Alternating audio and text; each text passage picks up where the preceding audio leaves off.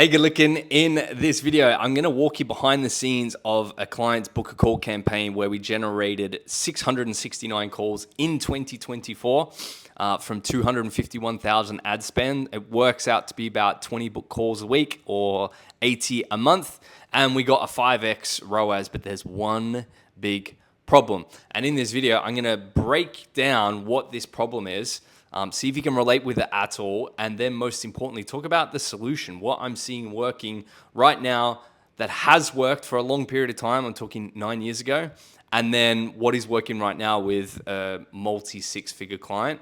And what I'm seeing working across the board with the whole industry. This is big. I'm really excited to share this and give you the benefit of looking behind the scenes of an ad account that's spent $250,000 in 9 months without having to spend $250,000. You know what I mean?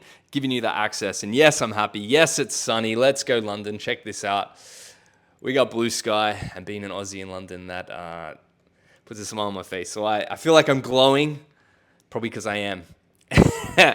So yeah, it was the end of 2023. We took on this new client, and the whole purpose is to book more calls. That's all we wanted to do. We wanted to fill up the sales calls calendar, and it was a typical funnel. So I didn't create the funnel. I managed the ads. And with my experience with advertising, it was fairly easy to manage and get consistent call volume coming through. The funnel was very simple. This is what I would call like a typical bro scaling book a call VSL funnel. We had an ad that generated a click, got people to enter in their name, email, phone number, then watch a VSL, and then from the VSL to book in a call. You've seen millions of these. These aren't new. They've been going around for years. You've probably seen your favorite guru, and they're probably on every single news feed that you go and you search through. They're probably there. Nothing revolutionary about it. But this, what I'm sharing is what I have seen from just this one campaign, this one client, the last, it's really 12 months, but I just like to make it easy. In 2024, 251,000 in ad spend. Like, what actually happens? Because as a person on Instagram, you see the ad, and then if you continue to see the ad, you might be like, oh, well, it's working, it's doing well. But this is like behind the scenes and what happens. So the biggest complaint that we got from the client's team is, well, let me explain who the person is first. He is a very established person in the field and has a significant following. And if you're in the space that he's in, you probably know his name, but going out to cold audience, probably wouldn't. So he's published a lot of content, very prolific. And I'm respecting his privacy because I don't want to mention it, but very prolific, lots of content, pumps out high volume, high quality, every day. So the biggest complaint that we got from the salespeople is that they don't know who he is. They don't know who this guy is, even though he's been in the game for like over a decades, I would say. But they don't know who he is. Posts heaps of content, very prolific, big following, all these things, but they don't know who he is. And that to me is fascinating. And yes, you can do certain things, and we did certain things to change that, but it was still the recurring theme that happened all along. And like what I would say is the biggest problem, the biggest complaint is that they don't know who he is. And there's a couple of reasons why. Number one, if you think about it, seeing an ad, you may spend a second or 30 seconds on an ad. Some were video ads, they performed a little bit better, but it's what I see with clients. It's so different. Some are static are better, some are video better, some audience likes videos, some audience likes static, some speakers are better, some speakers are better writers, some people have better videos, some people have better images in terms of their graphics and their quality. There's so many variables, it's not like a blueprint, but for this client, videos work better. So maybe they spend like 30 seconds on the ad, then they put in their name, email, phone number, and then they watch a VSL, which may be like 10, 15 minutes. That's under an hour of actually knowing the person. And yes, there's things you can do post book a call and increase the trust and all those things, which we'll get to. But the whole process, if you spend less than an hour with someone, and then you've got Joe Blogs, the sales, or Carl the closer. It's Carl the closer here. why did you book the call? And they're like, who is this? I'm driving. Hang on a second. Do I need to pull over? And like for me, when I used to take sales calls, I haven't taken a sales calls for over a year. Like I just hate them. I used to hate them. And they're like, who is this again? And you could just feel that their face is crunched up, or they're like driving and you hear the background noise of like the car cruising along. And they're like, can you just speak a bit louder, please? Or it's like, I hope you don't mind. I'm just on the way to pick up my kid, or like on the way to go get groceries. Just trying to cram this in because it's a low importance. And I'll just be like, this is mad. I understand why this happens now. And that's the point of making this video, so you can avoid having these types of reactions with people who you want to work with, and instead actually have conversations with people who want to work with you, and not that just try and cram in this amount of time into something that's convenient for them, that actually place it as a priority, which is a big difference. So one of the biggest problems why this happens is because we are in a low trust era. There's a lot of reasons for this, but more competition than ever. People buying things, especially high ticket, and being burnt, so they're more skeptical. There's more competition. Ad costs are rising. Like just those three things alone, I could do a video for a long time talking about those three external factors, but they are huge. So people's trust levels, we're like in a low trust era. So the old way of let's book some calls which is, I'll explain what I did with the client later, but like, you just run an ad, book in to watch a video, get a call, get a sale. Like that is just like, if you look at it linearly, that's a word. If you look at it in a linear way, that totally makes sense. But things have changed. Things have changed. What worked no longer works. So many external factors, but definitely ad costs rising. Like if you look at the economics of trying to make that work, you have to be so good at it. And this is, how we spent $251,000, like pretty good at it, but you have to be really good. If you're a coach and you just want to throw up one of these funnels, it's very difficult to actually make work and break even, because of more competition, more skepticism, and higher ad costs.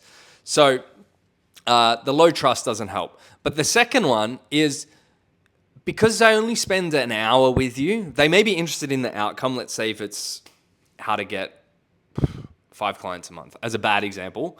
Like you may get a whole range of people excited and want to get 5 clients a month, being like, yeah, let's get 5 clients a month. But let's say if you are, what would be an example? Let's say if you're a certain type of religion, and then you've got people that are the complete opposite and don't believe in what you have. And if you're like Christian, and I don't know how to say it without offending anyone, but like if you have a certain type of person that you are, or let's say if you just like dudes, right? You only want to work with guys, and then everyone that's applying to work with you is women. Like that would be like super frustrating.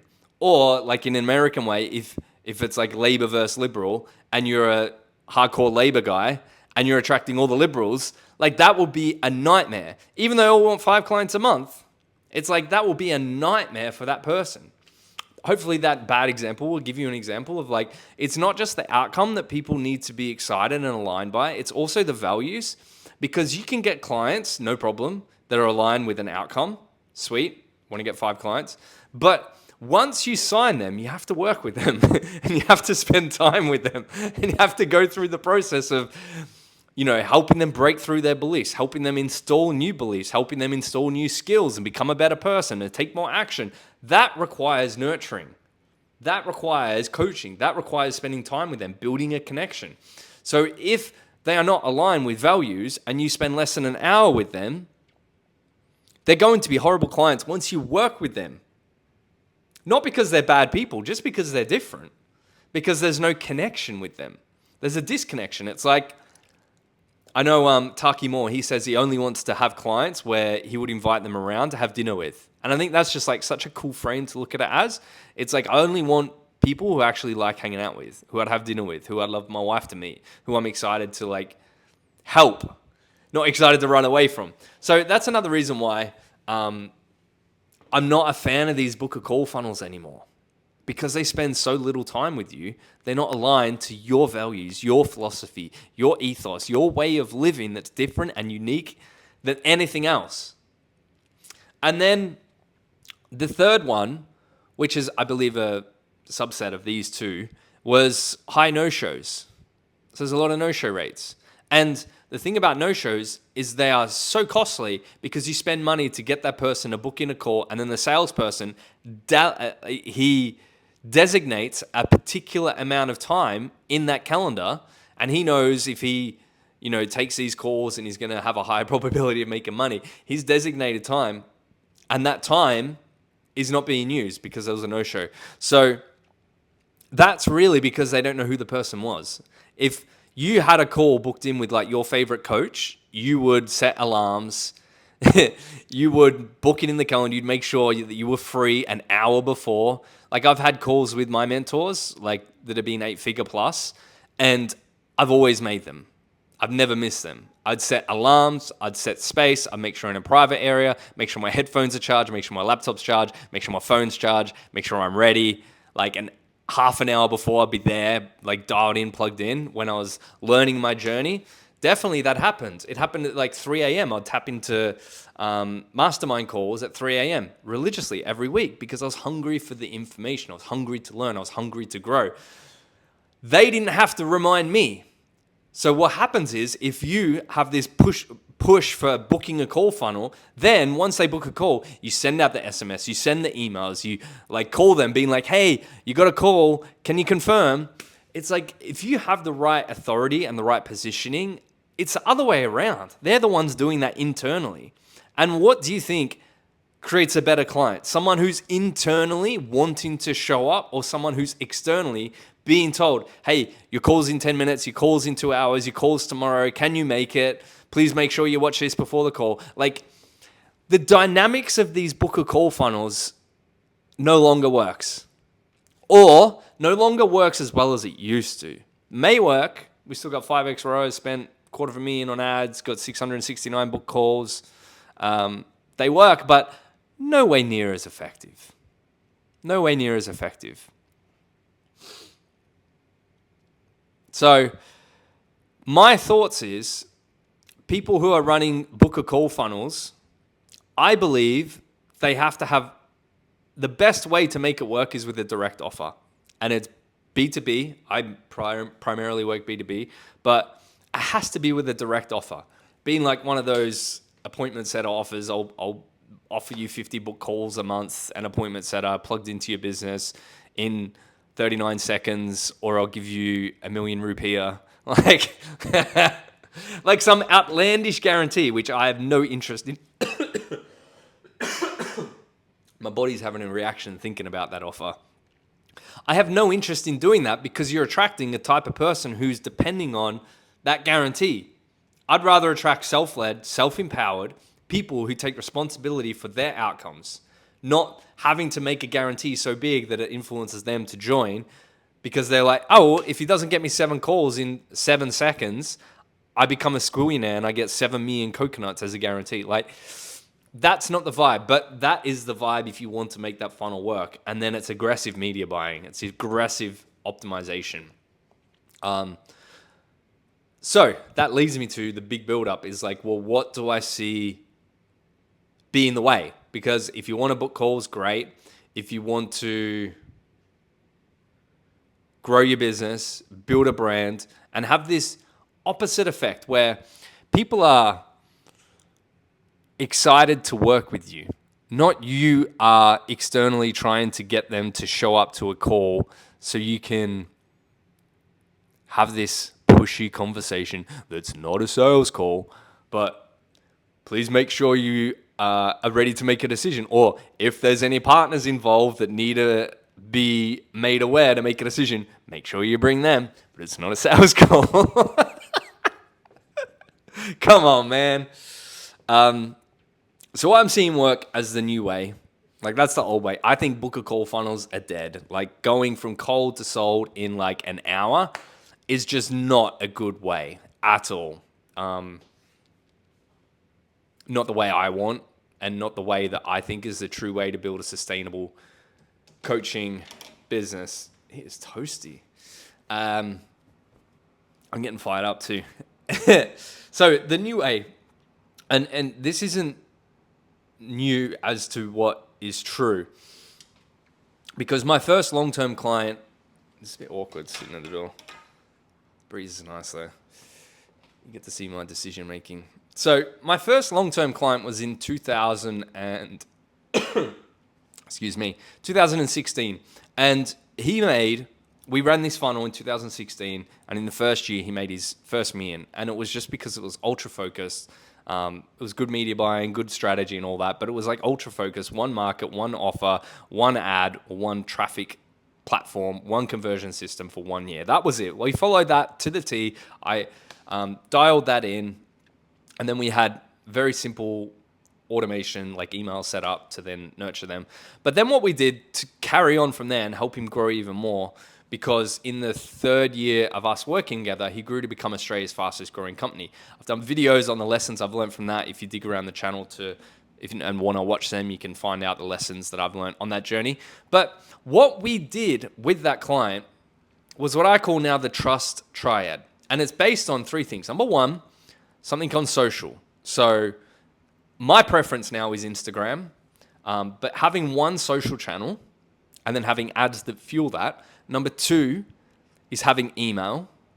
So having your owned media, because Instagram is borrowed media. I'm used to saying ad account. Your Instagram account can get shut down tomorrow. Anyone's could. I've had it happen to clients, see it a lot, unfortunately. And if your business is 100% dependent on that, that's a scary place to be. So you have borrowed attention, borrowed media, and own media. You want to take people off the platform into your daily email. And there, you can have a more personalized conversation to them and build that relationship. And then the third place is YouTube. YouTube is the best place to build trust fast. Period, full stop. You're on YouTube, you're watching this, and the people who you resonate with the most, you've probably watched them the most on YouTube. And there's a little saying, bingers are buyers. People who binge your content will buy your offers or your offer. So the reason this works is because I look at getting clients as 3 phases: capture, connect, convert. You capture attention, and ultimately you capture permission. So you capture attention through an ad. And then from the ad, you want to capture their permission to continue to show a message up to them. And it's them raising their hand saying, yes, I'm interested to talk to you, not work with you, but interested in chatting more. And then from there, once you've captured their attention and their permission, then it's about building a connection. What happens is with the book a call funnel, this connection piece is like very little. It's like 10%. It's not really talked about. It's more, how can I capture a lead and how can I convert them into a book call or into a client in the fastest way possible, A to Z. That is so hard to pull off. So hard to pull off. And it's less and less and less effective than ever. So what I see the new way is, instead of focusing all the attention on capturing the lead or converting them, 80% of the time is focused on connect, on email, on Instagram, and on YouTube. Email, Instagram, YouTube. I call this the trust triad. If you have these things working at a semi-competent level, that could be your ticket to growing as fast as you want, as big as you want, however you want. This is what we implemented with the fastest growing company in Australia after he made his first million. I said, you need to become a media company. And this is one of the lessons in the video. You need to be, this is 2017, 2018. I said, you need to transition from a property investment company to a media company. And you need to be on YouTube, and you're going to create videos about all your clients' problems and just create content. There's no framework, just create heaps of content. He created over 100 pieces of YouTube content. And then he was prolific and created heaps of short form content. Then we repurposed them, put them on the social newsfeed. So what happened was, and then we had emails as well, automated and broadcast. We had a balance, and I learned a lot from how to manage email. But what we did was, anytime they hopped on the newsfeed, they saw the short form. When they hopped on YouTube, they saw the long form. And then when they hopped in their emails, they would see the emails. This was what enabled him to scale to become, in 3 years, Australia's fastest growing company, which is quite crazy. But those three things built so much trust that when people hopped on a call, they were not only aligned to the outcome, but they were aligned with the values. So not only were they easier to close, they were faster to close. Not only were they signing up more, but they were better clients. Because one of the most expensive things in your business is working with average clients or non-ideal clients or nightmare clients. You want to optimize for LTV, lifetime value, not LTS, lifetime stress. Lifetime stress is the fastest way to hate your business and not want to grow it, because if you're never going to grow into pain. You're never going to be like, oh, my business sucks so much. I hate the clients I work with. Let's double it. Let's get double the amount of clients. Like, you're just never going to do that. But this only, like, this is like my discovery story on how I discovered this, but it's also working now. I work with a client who does multi-six figures a month, and I work with a YouTube consultant who does a few big names in the industry, their YouTube consulting, and getting to see how YouTube works right now is so insightful. We just had one of his videos pop off. It's had 62 hours of watch time in the first 2 days, which is just incredible. It's one of the first videos that's really popped off, and it's got recommended in the YouTube home feed. 88% of the traffic has come from YouTube home. And this is just sending people to this video. And then we have our whole trust triad and our flow, our funnel flow after it. But it is incredible how you can dial in these three things and the ability and the power it has to grow your business. So that is really what I want to drive home for you. The coaches that and the experts, the leaders, the online entrepreneurs, the personal brands who are growing the biggest and the fastest have this trust triad. Social, usually Instagram, because it's easiest to grow organically and easy to use paid ads. Email, by keeping things private, by having owned media. And then the third one is YouTube, by having depth. Things like this. This is unscripted. I'm just sitting down, trying to get some air, having a good time. But having a conversation, you can feel the casual tone of this. If you were to sit down with me and I was to talk to you about what I think the state of getting clients every single day or every single week or multiple times a week, what it's like, this is the energy that I would come with. There's no disparity between who I am and high production quality and needing Mr. Beast edits for YouTube. And this is what brings the authenticity to it. This is what brings the me factor, which is the X factor, to it. So this is just a very casual conversation. This gives you an insight into what it's like to peek into my brain, to work with me, to see my thought process. You've seen me many times, like, look outside. I'm going to show you again. Look out to sunny London. See if you can see London. That's not even it. Yeah, there it is. You see me look out to the skyline and think. Like, I embrace pauses. I embrace time to think. I'm not going to cut it out. I don't even have an editor. You'll see the start. I have my hand out to press go. This is what I want. And this is the kind of brand that I want to build. I want to build one where it's built on a deep connection of who I am.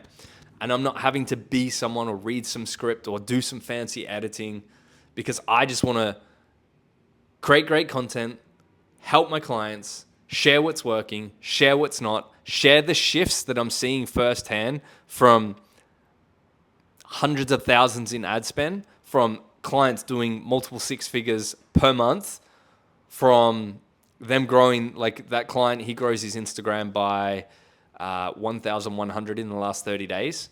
But it's not just that. He's also getting dozens of inbound messages every single day, and then like a handful of clients every week at 2,200. So this is why I love sharing this. It's just to give you an insight into what's happening and what I'm seeing, so you can make better moves, because you got into your business to have fun. You got into it to have more freedom. You got into have more flexibility. And there's no greater flexibility than choosing who you want to work with and creating a business on your own terms. And then ultimately that leads to living life on your terms. And that is the reason. This is your passport, your ticket to freedom. So, hope this has been useful. I'm going to put another video in here. I'm going to put the button to subscribe if I do this correctly. And if you enjoy this, yeah, click around, watch another video. Hope you enjoy it regardless. Hope you have an amazing day. Peace.